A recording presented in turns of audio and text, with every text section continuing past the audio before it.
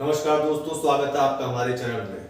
दोस्तों, जैसा कि आप जान रहे हैं, भारत में राष्ट्रपति चुनाव होने वाले हैं और इसको लेकर काफ़ी सरगर्मी तेज हो चुकी है। तो इससे पहले कि राष्ट्रपति चुनाव हो, हम ये जान लेते हैं कि राष्ट्रपति की स्थिति हमारे संविधान में क्या है, राष्ट्रपति की शक्तियाँ, कर्तव्य और अधिकार क्या हैं, राष्ट्रपति के निर्वाचन की पद्धति क्या है और राष्ट्रपति की वास्तविक तथा संवैधानिक स्थिति क्या है। तो दोस्तों, हमारी जो संघ है, भारत संघ, भारत सरकार, संविधान में कहा गया है कि संघ की एक कार्यपालिका होगी। संघ की एक कार्यपालिका, संघ की एक कार्यपालिका होगी। कार्यपालिका का अर्थ होता है मंत्रिमंडल से। जब हम कार्यपालिका कहते हैं, इसका मतलब हम मंत्रिमंडल के बारे में बात कर रहे हैं। तो संघ की एक कार्यपालिका होगी, मतलब भारत सरकार का जो कैबिनेट होता है, कैबिनेट मंत्रालय, उसके बारे में बात की जा रही है। संघ की एक कार्यपालिका होगी और कार्यपालिका के शीर्ष पर राष्ट्रपति होंगे। तो कार्यपालिका के शीर्ष पर राष्ट्रपति होंगे। राष्ट्रपति हमारे देश के संवैधानिक प्रधान है।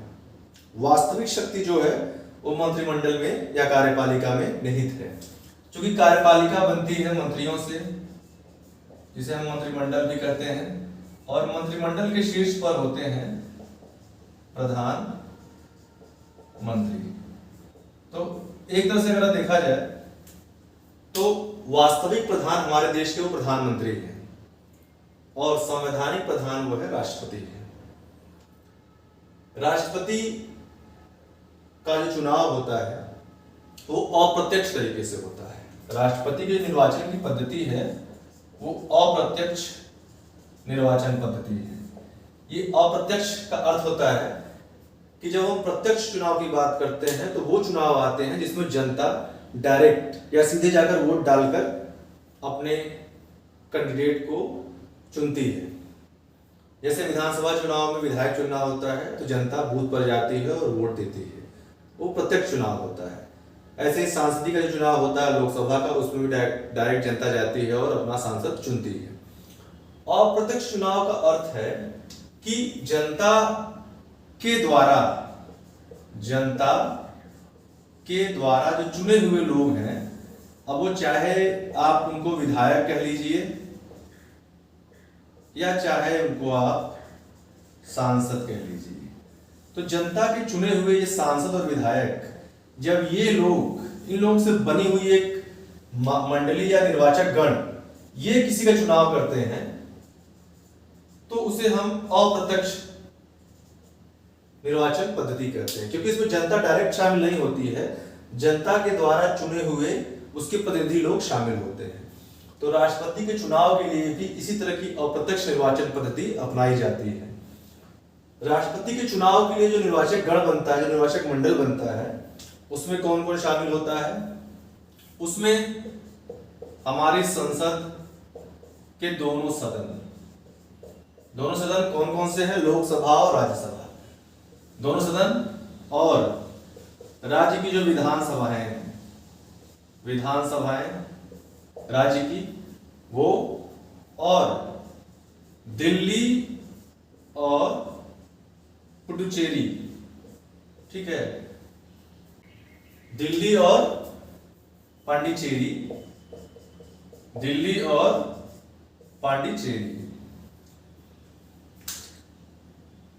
इन सभी सदनों के निर्वाचित प्रतिनिधि, मतलब राष्ट्रपति का जो चुनाव होगा उसमें संसद के दोनों सदन, लोकसभा और राज्यसभा के निर्वाचित सदस्य, राज्य की विधानसभाओं के निर्वाचित सदस्य, दिल्ली और पांडिचेरी जो कि संघ राज्य क्षेत्र है, भारत सरकार के क्षेत्र हैं, इन दोनों स्टेट के निर्वाचित प्रतिनिधि शामिल होंगे।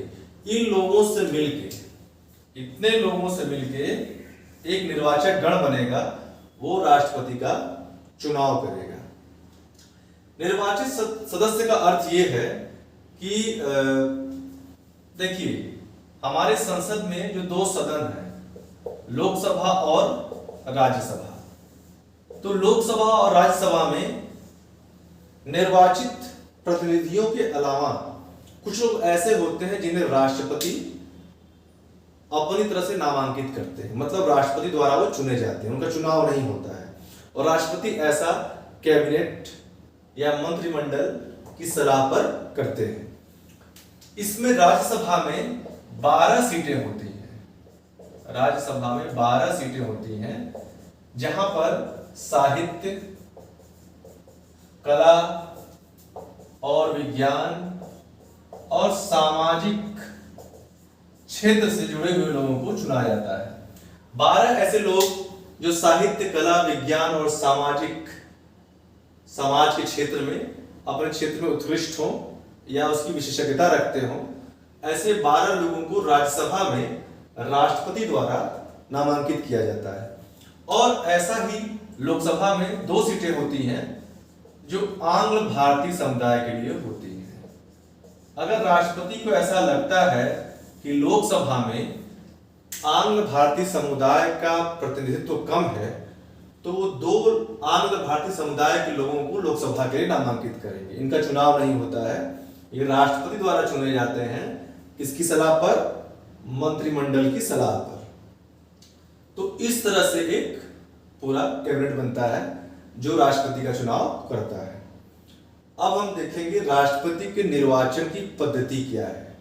ठीक है, तो दोस्तों आपने देखा कि राष्ट्रपति के निर्वाचक मंडल में कौन कौन सम्मिलित होता है। लोकसभा और राज्यसभा दोनों सदनों के निर्वाचित सदस्य, राज्य विधानसभाओं के निर्वाचित सदस्य और दिल्ली और पांडिचेरी संघ के जो राज्य क्षेत्र हैं उनके निर्वाचित सदस्य, इतने लोग शामिल होते हैं राष्ट्रपति के चुनाव में। अब इसमें एक विधायक जो है, हम केवल विधायकों की बात कर रहे हैं, सांसदों की नहीं, एक विधायक के मत का मूल्य कैसे निर्धारित किया जाता है। तो इसके लिए उस राज्य की कुल जनसंख्या जो है उसमें उस राज्य विधानसभा के जितने भी निर्वाचित सदस्य हैं उनकी कुल संख्या से भाग दे देते हैं और जो आता है उसे 1000 से भाग दे देते हैं। तो ये एक विधायक के मत का मूल्य है। जैसे हम एक स्टेट की जनसंख्या के हिसाब से इसे निकालते हैं। तो दोस्तों जैसे हम यहाँ पर उत्तर प्रदेश की जनसंख्या जो 1971 के आधार पर ली गई है, राष्ट्रपति के चुनाव में जो जनसंख्या का आधार है वो 1971 है।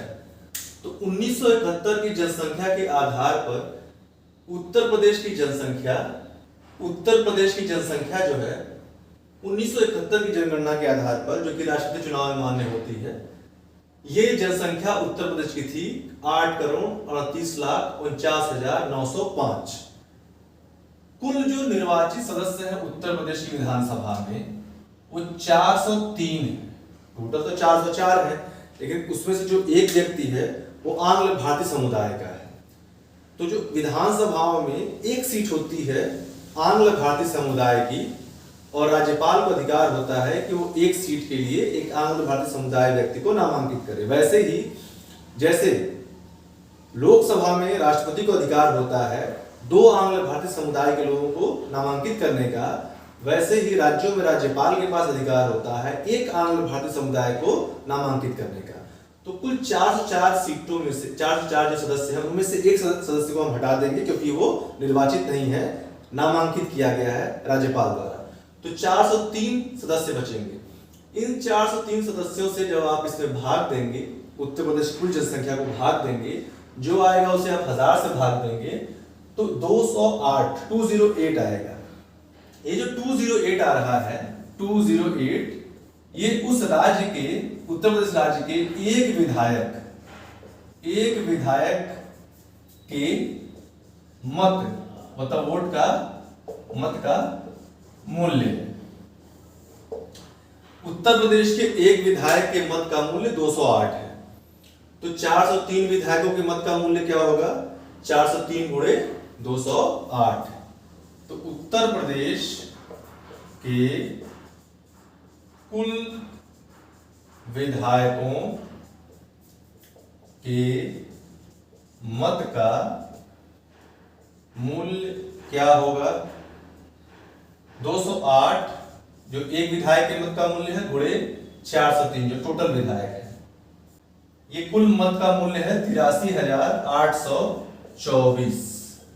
83,824 ये उत्तर प्रदेश के कुल विधायकों के मत का मूल्य है। तो इसी तरीके से बाकी सारे स्टेट के विधायकों के मतों का मूल्य निकाला जाता है, इसी प्रकार से गणना की जाती है। तो इस प्रकार जो हमारे टोटल हमारे देश में सारे विधायक हैं वो इस समय लगभग जो निर्वाचित है वो 4120 के आसपास है, 4120 के आसपास हैं। और ये टोटल पूरे हमारे पूरे भारत में इतने विधायक हैं, निर्वाचित विधायक जो राष्ट्रपति के चुनाव में भाग लेंगे। तो ये 4120 जो विधायक हैं इनके टोटल जो मतों का मूल्य है वो है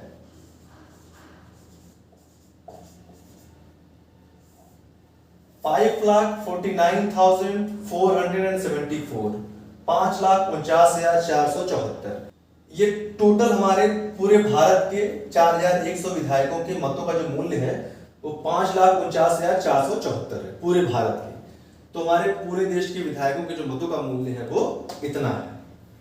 अब हम देखेंगे कि एक सांसद के मत का मूल्य कितना होता है। एक बात और, अगर किसी भी स्टेट के कुल जनसंख्या को वहां के टोटल विधानसभा के जो निर्वाचित सदस्य हैं, जो विधायक हैं, उनकी संख्या से भाग देने पर और उसके बाद 1000 से उसको भाग देने पर ये जो संख्या आ रही है एक विधायक के मत का मूल्य, अगर ये पॉइंट में आता है, सपोज कीजिए पॉइंट में आता है, मान लीजिए 2.57 ऐसे करके आया, तो अगर ये जो शेष आ रहा है पॉइंट के रूप में ये 500 से अगर कम है, 500 से अगर कम है तब तो 200 ही रहेगा। लेकिन अगर ये 500 से ऊपर जाता है, जैसे कि इस मामले में ये 571 है, तो ऐसी स्थिति में इसको 1 मान लिया जाएगा, 1।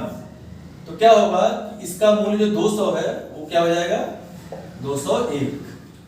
तो किसी भी स्टेट में एक विधायक की मत का मूल्य अगर पॉइंट में आता है, शेष बचता है और वो 500 से ऊपर होता है, 500 से ऊपर होता है, तो एक अतिरिक्त अंक उस विधायक के मत मूल्य में जुड़ जाएंगे। अगर 500 से कम होता है तो नहीं जुड़ेंगे। तो ये भी एक महत्वपूर्ण सूचना है।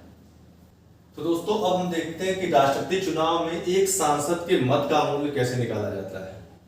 इसके लिए जो राज्य के कुल निर्वाचित विधायक हैं उनके मतों का मूल्य का ज्ञान होना आवश्यक है, जो हमने भी निकाला था। तो राज्य के कुल निर्वाचित विधायकों के मतों का मूल्य है 5,49,474। लोकसभा के जो सदस्य हैं, निर्वाचित सदस्य, उनकी कुल सदस्यों की संख्या कितनी है, 543। 543 निर्वाचित सदस्य हैं लोकसभा में।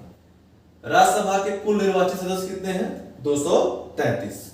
तो 543 लोकसभा में, 233 राज्यसभा में, ये निर्वाचित सदस्य हैं।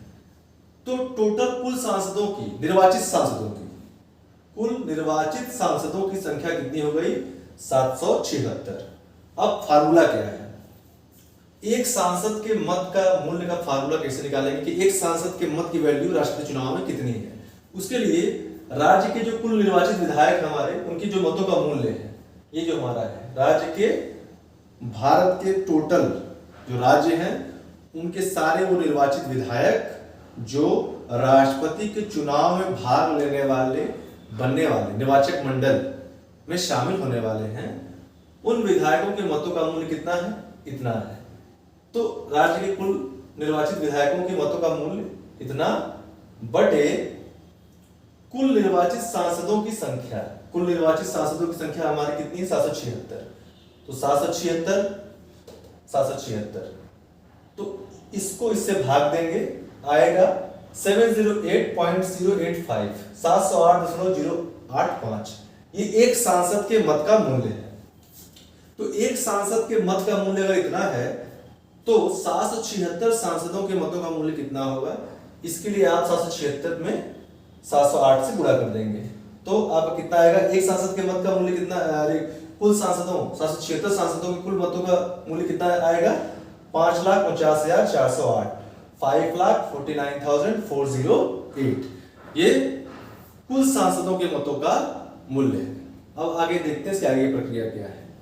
तो दोस्तों आइए हम देखते हैं कि राष्ट्रपति चुनाव में भाग लेने वाले जो कुल मतदाता हो गए हैं, विधायक और सांसद सबको मिला के, निर्वाचित विधायक और सांसद, तो उनके कुल मतों का मूल्य कितना है टोटल?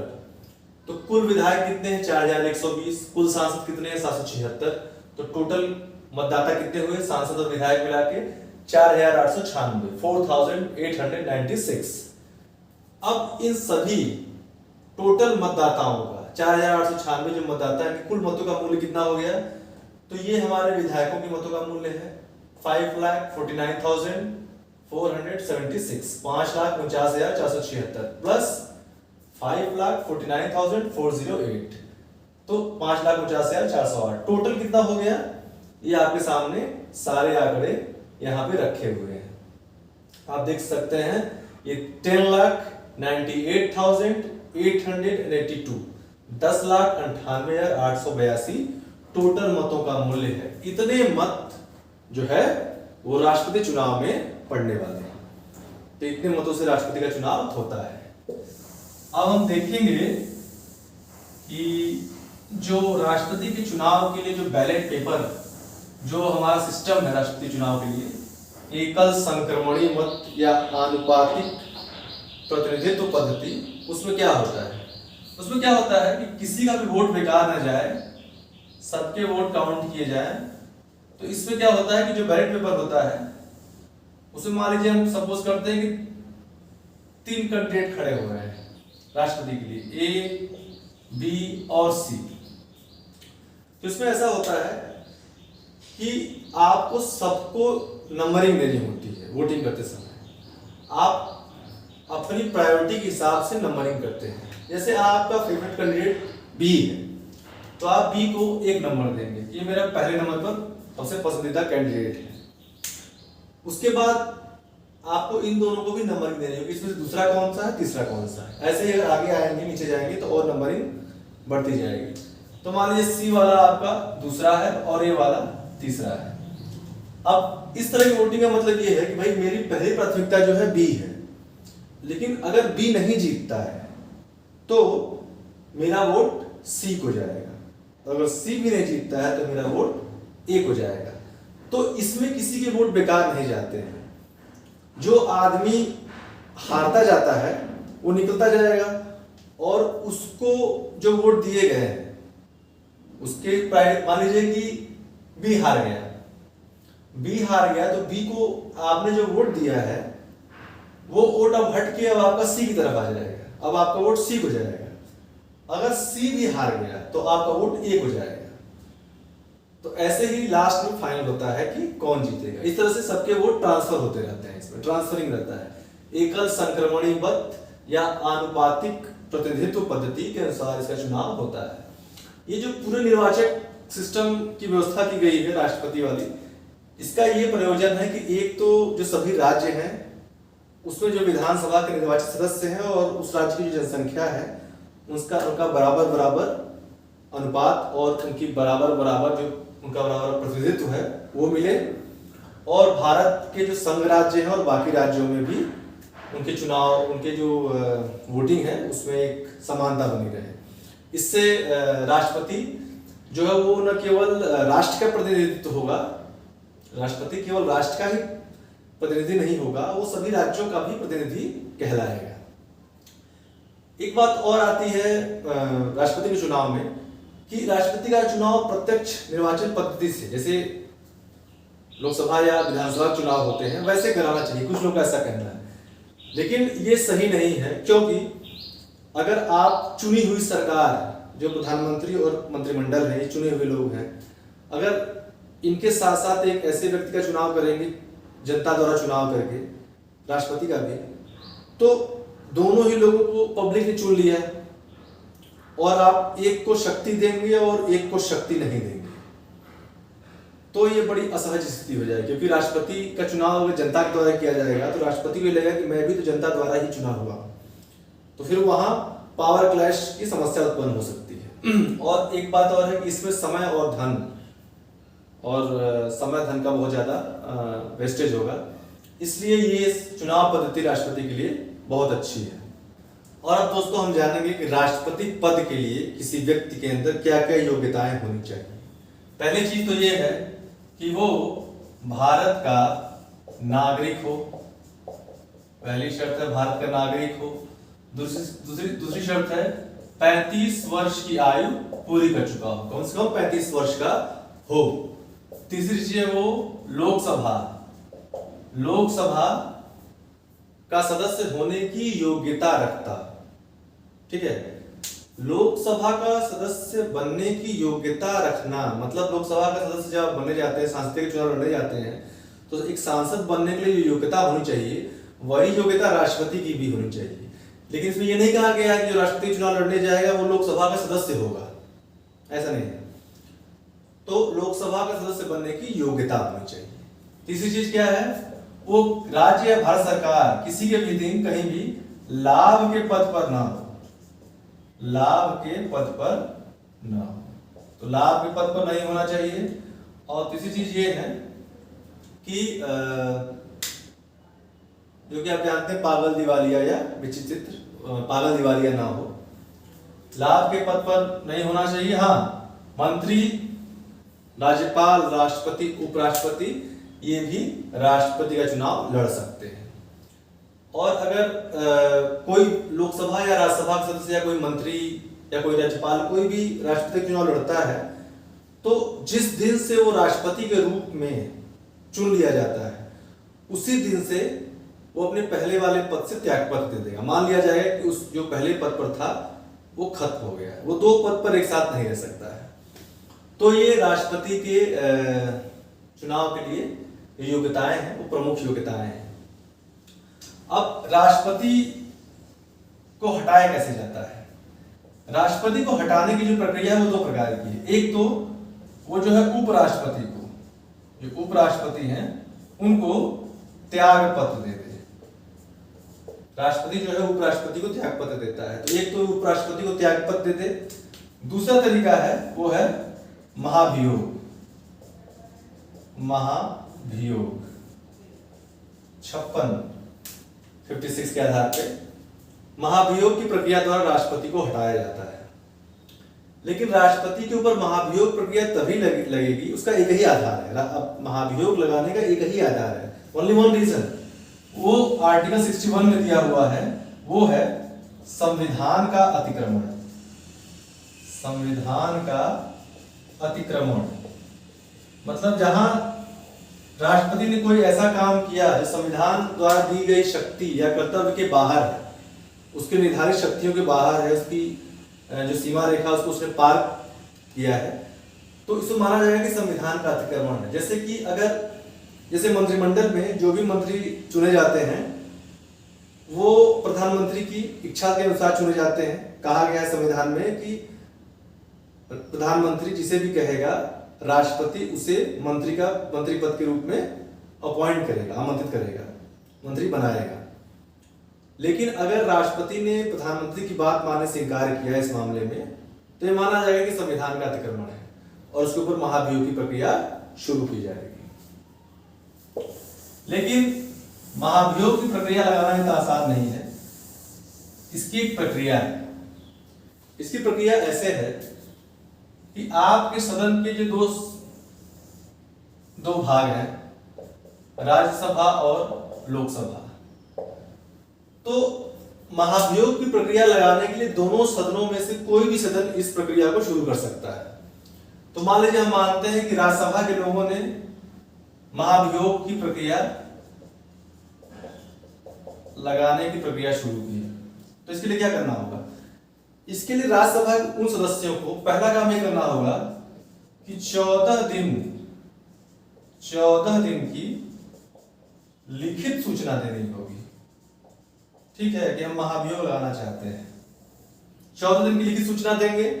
उसके बाद जो संकल्प लाया जाएगा महाभियोग के लिए, कि महाभियोग का प्रस्ताव लाने के लिए एक संकल्प लाया जाएगा, तो ये संकल्प लाने के लिए कम से कम उस सदन के, जैसे कि राज्यसभा है, इसके कम से कम 1/4 सदस्य वो संकल्प लाएंगे। कम से कम 1/4 सदस्य महाभियोग के लिए वो संकल्प लाएंगे। उसके बाद वो सदन, जिस सदन में प्रस्ताव लाया गया राज्यसभा में, ये सदन अपने सदस्यों की 2/3 बहुमत से, उसकी जो सदस्य संख्या है उसके 2/3 बहुमत से इस प्रस्ताव को पास करेगा। ये जो महाभियोग की प्रक्रिया है, इसके प्रस्ताव को ये सदन पास करेगा। उसके बाद यहां से ये प्रस्ताव जो है वो निकल कर जाएगा दूसरे सदन में, लोकसभा में। अब ये दूसरा सदन क्या करेगा कि दूसरा सदन इस मामले की जांच कराएगा, मामले की जांच करेगा या कराएगा। और जब मामले की जांच में पुष्टि हो जाती है कि हाँ संविधान का अतिक्रमण किया गया है राष्ट्रपति द्वारा, तब यह सदन भी 2/3 बहुमत से उस संकल्प को पारित करेगा। तो वो सदन, लोकसभा का सदस्य सदन भी इस मामले को 2/3 बहुमत से पारित करेगा। जब दोनों सदनों से ये प्रस्ताव 2/3 बहुमत से पारित हो जाएगा, उस दिन से राष्ट्रपति अपने पद से हट जाएंगे। तो राष्ट्रपति को हटाने की जो प्रक्रिया है वो महाभियोग की प्रक्रिया है, और उसके लिए इस पूरे प्रोसेस को फॉलो करना जरूरी है। तो राष्ट्रपति की नियुक्ति और राष्ट्रपति का निर्वाचन पद्धति और राष्ट्रपति को हटाने की प्रक्रिया हमने इसमें देखा। अब अगले एपिसोड में हम देखेंगे कि राष्ट्रपति के पास क्या अधिकार है, क्या शक्तियां हैं, क्या कर्तव्य है। तो उसकी चर्चा हम अगले भाग में करेंगे।